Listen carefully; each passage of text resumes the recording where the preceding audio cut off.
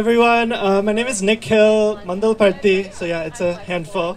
I'm here with Hindus for Human Rights, and we're the only Hindu organization that's part of the Multi-Faith Delegation here. Thank you. I'm really honored to be here with all of you, and of course all of our clergy, people of faith, representing Jews, Muslims, Buddhists, Christians, Hindus, Sikhs. And we're here, of course, because we've been called by those on the front lines of the climate crisis who are fighting for environmental justice and indigenous sovereignty.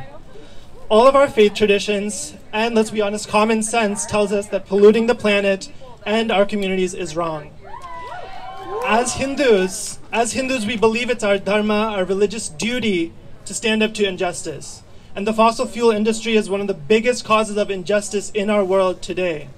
The US is the biggest extractor of fossil fuels in the world today. This is injustice.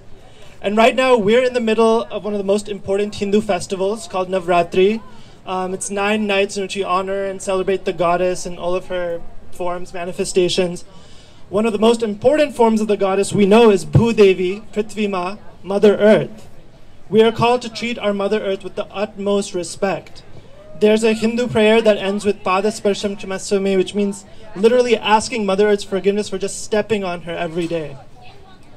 The horrifying fossil fuel projects that President Biden is allowing completely go against the spirit of respecting the earth that I've learned from my faith, and of course all of our indigenous relatives have shared with us today. We've heard from really powerful frontline and indigenous speakers today, and I'd like to briefly share a bit about myself. I grew up in the Pacific Northwest, near Seattle. Summers in Seattle are nothing like they were when I was a kid, and I'm only 24, so that's not that many years ago. Summer now means wildfires in the Northwest. It means smoke so bad it's dangerous to step outside in. Summer looks like the devastating heat wave that took place this past summer in a region where nobody has air conditioning because you didn't need it before. Yesterday, one of our speakers asked us to think of the youngest member of our families and the world that they're going to grow up in. My youngest cousin in Seattle is less than 2 years old. I don't know what his summers are going to look like. That's why this Navratri, I'm so glad that I'm not in a temple. I'm glad that I'm not doing a puja at home. I'm glad that this is the best way to be celebrating our goddesses, our Mother Earth, by standing here and fighting for Mother Earth. That's why as people of faith, people of conscience, we are calling on President Biden, who says he's one of us, to keep his promises to indigenous and frontline communities. He can do this without Congress. He can do it signing executive orders today, and he has to do it now.